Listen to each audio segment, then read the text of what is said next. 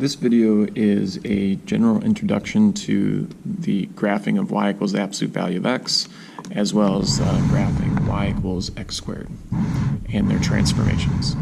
So beginning with absolute value of x, absolute value simply means how far is it from 0. So if you had no idea how to graph this, you could simply choose any x's you want and input them into here to start to get an idea of what happens.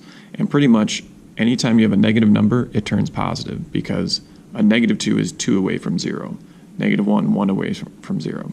Whereas positive numbers are the same. 1 is 1 away from 0 and 2 is 2 away from 0.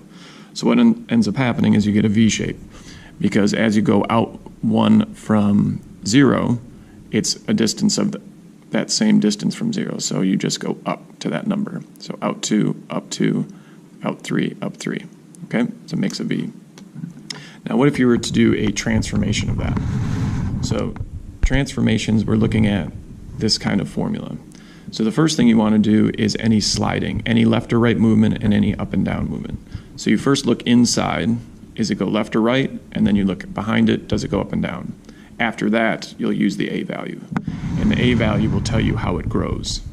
So this is kind of the descriptions of how it can grow. So in this first example, we look inside and we see it's minus on the inside, so we know we're going to go right, and +5 on the outside, so we know that we are going to go up. So that's the first thing you do, is you do those two moves. So I go from the center, because that's where the parent graph is located, in the center. So I need to move that vertex, which just starts out at 0, 0. So I'm going to move it here. I'm going to go right 3, up 5, and put a dot. Now, if there was no front number, I would just make a normal V coming out of that. But since there's a front number, it's -2, that's going to flip us over, which is called a reflection, or flipping. And instead of going down 1, 2, 3, like the parent graph, 1, 2, 3, I have to double those things because it's a 2, into 2, 4, and 6. So what I'm going to do is go out 1, down 2 on both sides, out 2, down 4 on both sides, out 3, down 6, and so on. You can just continue that pattern. And then you've got a V shape. Okay, similarly with y equals x squared, notice that this makes a U shape versus the V shape. It makes a U shape because you're multiplying these numbers by themselves, and a negative times a negative is a positive, so all of these outputs are still positive, similar to the V shape.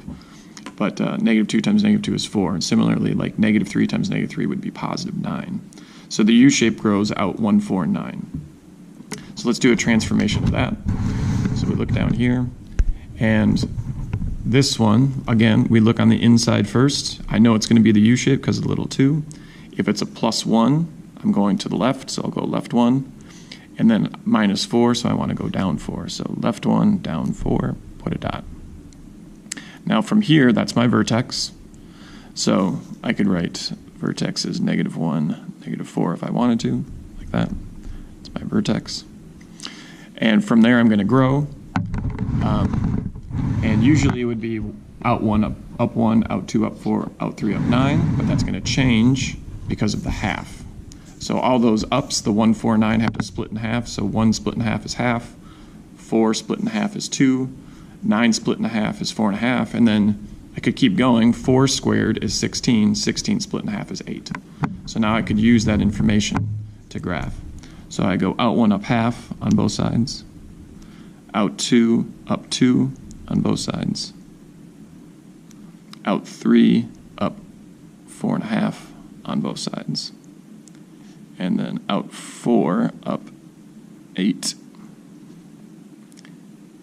And that makes a U shape, but it's going to be a little wider because of the half.